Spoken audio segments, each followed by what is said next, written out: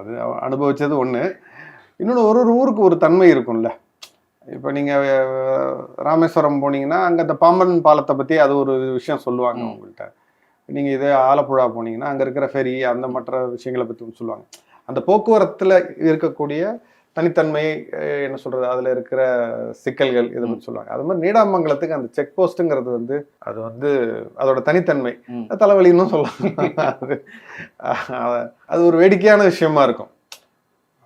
டப்பு டப்புன்னு போட்டுருவாங்க. போட்டோனே அடியில பூந்து போறது, அங்கேருந்து உட்காந்து வெயிட் பண்ணிட்டே இருப்பாங்க. அங்க ஒரு சின்ன ஒரு வணிகம் நடக்கும். ஆமா. அந்த மாங்காய் விக்கிறவங்க, சுண்டல் விக்கிறவங்கலாம் அங்க அத வச்சு ஒரு ஒரு இது நடந்துட்டு இருக்கும். அதெல்லாம் அது ஒரு ஒரு இதா தெரிஞ்சது. சொல்லப்போனா அந்த படத்துல நாவல்ல அதெல்லாம் சொல்லியிருந்தது. அந்த செக் போஸ்ட்ல போய் நின்னோனே எவ்வளவு கட கட கடன்னு எவ்வளவு மாற்றங்கள் நிகழுது. அங்கே சிலர் இறங்கி செக் போஸ்ட்டை கிராஸ் பண்ணி நடந்தே எல்லாம் போயிடுவாங்க. இதுக்கு வெயிட் பண்ணிட்டு இருந்தா வேலைக்கு ஆகாது அப்படின்னு. அந்த மாற்றங்கள்லாம் அதில் எழுதியிருந்தது. பட் படத்தில் வரும்போது அது எல்லாத்தையும் சொல்ல முடியாதுல்ல. சில விஷயத்த நம்ம சுருக்கி தான் ஆகணும். அதெல்லாம் சுருக்கியாச்சு அதில். ஆனால் அதை சொல்லணும்னு தோணுச்சு. ஏன்னா நீடாமங்கலத்தோட ஒரு ஒரு ஒரு ஆமா ஒரு அடையாளம் அது.